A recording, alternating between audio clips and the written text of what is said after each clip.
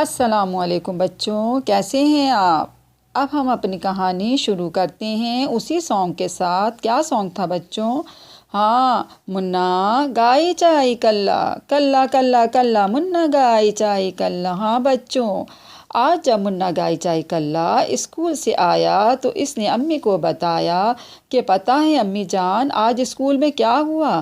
امی نے پوچھا کیا ہوا؟ تو منا گائے چائے کلا نے بتایا کہ میرا دوست مزمل جو کہ پورے اسکول میں ٹاپ کرتا تھا آج وہ ٹاپ نہ کر سکا۔ کیوں بیٹا، ایسا کیا ہوا؟ تو منا گائے چائے کلا نے بتایا کہ امی میرے دوست فرحان نے ٹاپ کیا۔ مزمل اور فرحان کی رزلٹ سے پہلے بہت بحث ہوئی تھی۔ مزمل نے کہا کہ میں ہر سال ٹاپ کرتا ہوں تو اس سال بھی میں ٹاپ کروں گا۔ تو فرحان نے کہا نہیں، اس سال ٹاپ میں کروں گا۔ تو مزمل اس کی بات سن کر بہت ہنسا اور اس کا بہت مذاق اڑایا اور کہنے لگا ایسا نہیں ہو سکتا، ٹاپ تو صرف میں ہی کروں گا۔ شاید اس غرور کی وجہ سے ہی وہ ٹاپ نہ کر سکا۔ امی نے کہا ہاں تم ٹھیک کہہ رہے ہو، اس نے غرور کیا اور اللہ تعالیٰ نے اس کے غرور کا سر نیچے کر دیا۔ میں تمہیں ایک واقعہ بتاتی ہوں ایک بادشاہ کا جو اللہ تعالیٰ کی بہت عبادت کرتا تھا اور روزانہ قرآن کی تلاوت بھی کرتا تھا۔ ایک دن ایک آیت کی تلاوت کر رہا تھا جس میں یہ آیت آئی کہ وَتُعِزُّ مَن تَشَاءُ وَتُذِلُّ مَن تَشَاءُ۔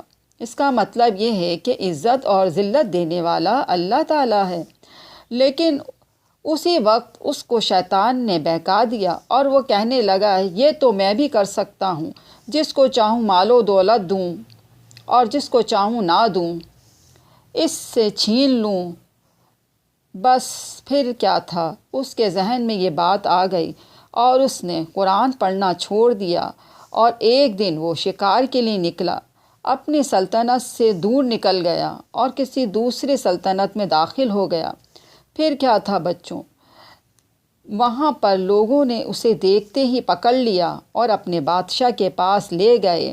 تو پتہ پھر یہ کیا ہوا بیٹا کہ بادشاہ نے اسے دیکھتے ہی ہاتھ کاٹنے کا حکم دے دیا۔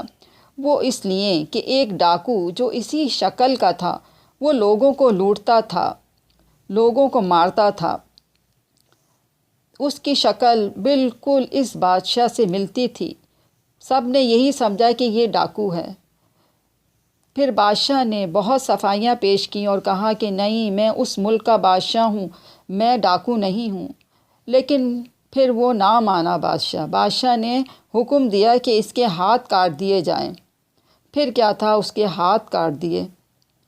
کافی سال بعد گزر گئے، جب کافی سال گزر گئے تو اس کے بعد پھر اس نے قرآن پڑھا اور اس کے سامنے وہی آیت آئی وَتُعِزُّ مَن تَشَاءُ وَتُذِلُّ مَن تَشَاءُ۔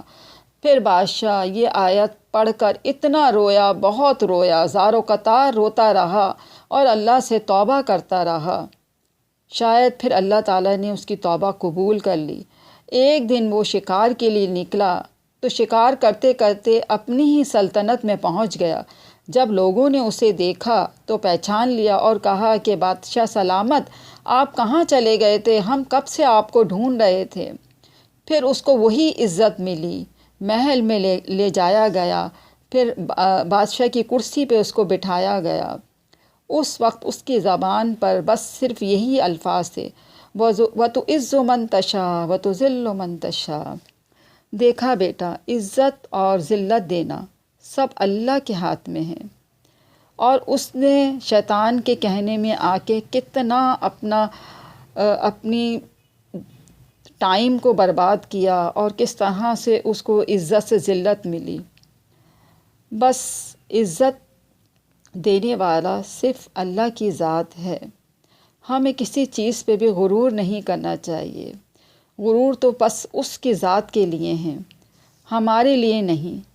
اچھا، تو اب میں کہانی اپنی یہیں ختم کرتی ہوں اور اسی سانگ کے ساتھ۔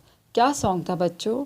ہاں، کلا کلا کلا منا گائے چائے کلا کلا کلا کلا منا گائے چائے کلا۔ اللہ حافظ بچوں۔